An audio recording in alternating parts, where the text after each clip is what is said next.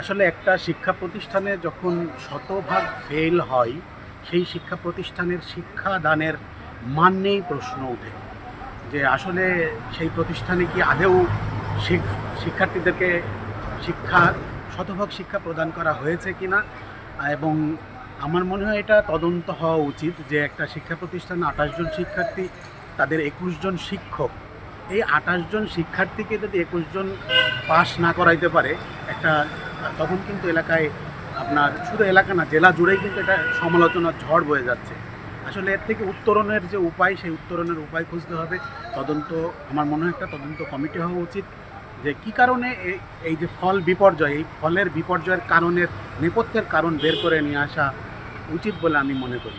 কুড়লগাছিতে যে মাদ্রাসার ঘটনাটা ঘটেছে, যেখানে শতভাগ ছাত্রছাত্রী ফেল করেছে এসএসসি পরীক্ষায়, এটা আসলে সমাজে যেমন প্রভাব ফেলবে, তাছাড়াও পরিবার, অভিভাবক সহ সবাই এখানে ক্ষতিগ্রস্ত হচ্ছে। যেমন তেমনিভাবে শিক্ষক রয়েছে 21 জন স্কুলে, 21 জন শিক্ষকের শিক্ষকতার যে সার্টিফাইড, সেইটা পরীক্ষা করা দরকার। তেমনিভাবে এমন অনেক বড় বড় প্রতিষ্ঠান আছে মাদ্রাসায় যেগুলো এমপিভুক্ত নেই, কিন্তু তারা ভালো শিক্ষা প্রতিষ্ঠানে শিক্ষাদান করছে, চেষ্টা করে যাচ্ছে।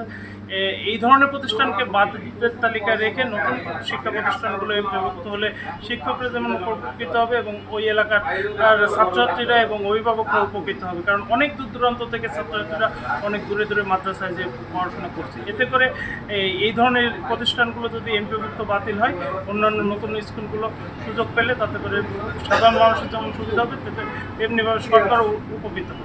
বিরত বলে মনে করছি না। এখন খাতা দেখার কোনো ত্রুটি বিচ্যুতি বা কোনো কিছু হইল কিনা, আমার ধারণা যে আমরা 28 জন পরীক্ষায় অ্যাটেন্ড করব, কমপক্ষে আমাদের 14-15 জন আমরা রেজাল্ট হাতে পাবো, এমনটা আমাদের আশা ছিল।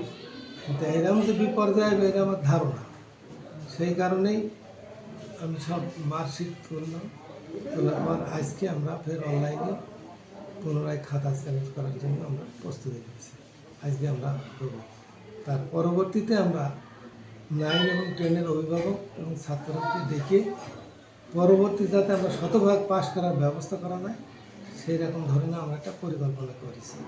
আমি গতকালকে যখন রেজাল্ট সংগ্রহ করলাম তখন দেখি যে আমার এই কুলগাছি দাখিল মাদ্রাসা থেকে 28 জন পরীক্ষার্থী, একজন পরীক্ষার্থী পাশ করে। তখন আমি খুব মর্মাহত হয়েছি। তারপরে আমি আমার সম্মানিত জেলা শিক্ষক স্যারের সাথে কথা বলেছি, সম্মানিত উপজেলা নির্বাহী অফিসারের সাথে কথা বলেছি বিষয়গুলো নিয়ে। এখন আমি আজকে সকালে এখানে আসলাম, এসে আমি শিক্ষকদের নিয়ে বসলাম, সুপারের সাথে কথা বললাম এবং তারা বললো এই বিষয়টি আসলে ঘটার কথা না, একজন পাশ করবে না, এরকম ঘটনা হওয়ার কথা না। তারপরে কেন হয়েছে আমরা বিষয়টা তুলিয়ে দেখছি। আমরা পুনর্নিরীক্ষার জন্য আবেদন দিব, 15 জন শিক্ষার্থীর জন্য আবেদন দিব। তারা যে সাবজেক্টগুলো বেশিরভাগ আছে ইংরেজিতে, এই ইংরেজি সাবজেক্টের জন্য পুনর্নিরীক্ষার আবেদন দিবে। আবেদন দেওয়ার পরে যে রেজাল্ট হবে তখন তাদের ধারণা যে ইনশাল্লাহ আমাদের 15 জন পাশ করবে। আমারও বিশ্বাস যে আসলে এই মাদ্রাসাটি অনেক পুরাতন এবং ঐতিহ্যবাহী মাদ্রাসা। কেন যে এই ধরনের ঘটনা ঘটছে আমি নিজেও কিন্তু বুঝতে পারছি না। গত কয়েক মাস আগে আমি এই মাদ্রাসায় আসলাম, তখন পরিবেশ ভালো দেখে গেলাম এবং ছেলেমেয়েদের সাথে কথা বললাম, তারা বেশ ভালো রেসপন্স করলো।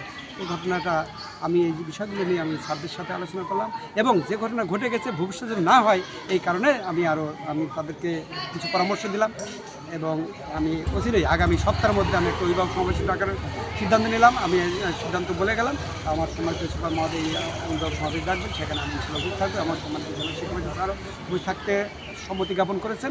আমরা চেষ্টা করব প্রতিষ্ঠানের সমস্যাটি সমাধান করার জন্য।